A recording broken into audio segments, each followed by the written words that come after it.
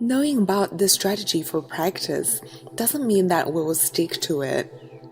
If you ask a student to tell you what are some good practice routines and habits, he or she definitely can name a few.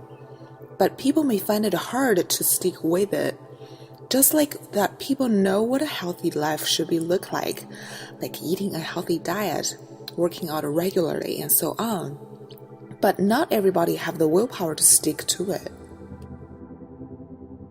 Modern scientific experiments have finally given us a more complete understanding of how willpower works and fails, and where it comes from. Roy Baumeister, the social psychologist at the University of Queensland, mentioned a study in his book. In the 70s, there was an experiment where they took a look at students, and the assumption was that there would be a positive correlation between the students turning in their assignments on time and wearing clean socks. But the results was absolutely opposite. The psychologist said apparently the students could either get their homework done or change their socks every day, but not both. There was another experiment that took place in Baumeister's lab, where hungry students walked in and some of them were allowed to eat freshly baked cookies, but others were taught to control themselves and only eat radishes. So after successfully torturing them, the researchers brought in these two sets of students and gave them an impossible puzzle to solve. And the results were quite fascinating. The group who had been allowed to eat the cookies, along with a control group of hungry students who were not given any kind of food, went on to work on the puzzle for 20 minutes, while the group who had been assigned to eat the radishes and had already used their willpower early on went on to work on the puzzles for only 8 minutes.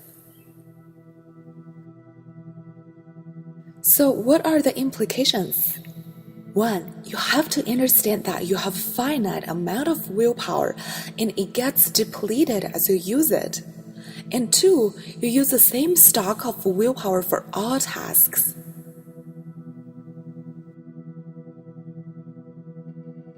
Therefore, for us, if we practice after a long big test session, or after shopping, or a hard workout session, when we finally get to the practice session, it's not surprised that we practice while checking our phones, which you can hardly control yourself for mindful practice, since we used most of our willpower early on for making decisions on test questions, shoppings, and workouts. Then what should we do? Make the practice the first big task in the day? That's a good idea. Then schedule other things after your practice session. You can go gaming or go shopping. But how could the willpower improve? Psychologists once hypothesized that our willpower could improve after a period of relaxation. However, this hypothesis proved untrue. Willpower isn't linked to pleasure, but to the amount of sugar in the food we consume. For instance, in a study, people who've ingested a tasteless sugary meal will perform just as well in subsequent willpower tasks as those who have eaten delicious ice cream, and far better than those who performed leisure activities first, like reading the newspaper. As we can see, it isn't the pleasure of eating a tasty sugary treat, but rather the sugar itself, which enables your self-control. Further evidence for this is that the fact that people with hypoglycemia, that is low blood sugar, are more likely to have difficulties controlling negative emotions or concentrating. Hypoglycemia is also common among criminals and those with histories of violence. In 2011, psychology professor Todd Heatherton announced that brain scans and experiments demonstrate that the brain doesn't stop working during willpower depletion. Rather, it simply works differently. In fact, much like the brain under hypoglycemia. In essence, no matter whether our genes or our diet are responsible, the less blood sugar we have in our system, the worse we're at self-control, or the less the willpower we have.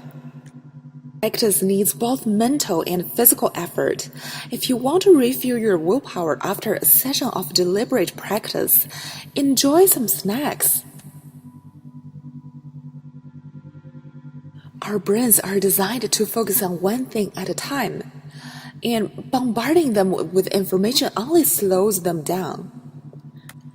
MIT neuroscientist Dr. Earl Miller mentioned in one of his articles, when people think they're multitasking, they're actually just switching from one task to another very rapidly. And every time they do, there's a cognitive cost. This constant task switching encourages bad brain habits. When we complete a teeny task, like Facebooking, sending a message, posting a tweet, we're hit with a dollop of dopamine, our rewarding hormone. Our brains love that dopamine, and so we're encouraged to keep switching between small mini tasks that give us this instant gratification. Multitasking makes it more difficult to organize thoughts and filter out irrelevant information, and it reduces the efficiency and quality of our work. At the University of London showed that subjects who multitasked while performing cognitive tasks experienced significant IQ drops. In fact, the IQ drops were similar to what you see in individuals who skip a night of sleep. Now that's a terrifying fact. Therefore, we should protect ourselves from multitasking by turning off texting notifications during practice and choose specific times to check our phones as well. These days, distractions are everywhere. There are links to click, series to watch, parties to go to. Sometimes we may say to ourselves, I'll just check my Facebook one last time. But we're running a larger risk than we think. That's because when we're distracted, our brains are actually more likely to give in to another temptations. When our mind is preoccupied, immediate temptation can more easily overshadow our long-term goals. But there is a way to deal with distractions by raising your awareness through meditation. Neuroscientists have discovered that people who meditate have more gray matter, indicating higher levels of performance in the regions of the brain responsible for self-awareness.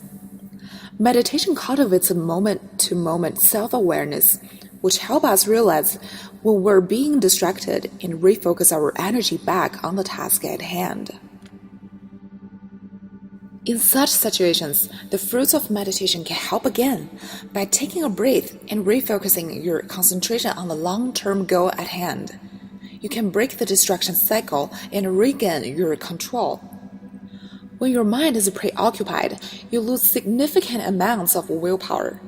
Avoiding decision-making when distracted and increasing your self-awareness through meditation can help to save you from willpower failures. Now let's summarize the 4 tips for a better willpower for our mindful practice. 1.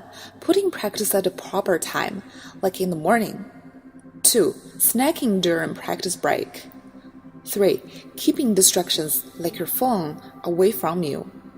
4. Meditating when feeling distracted.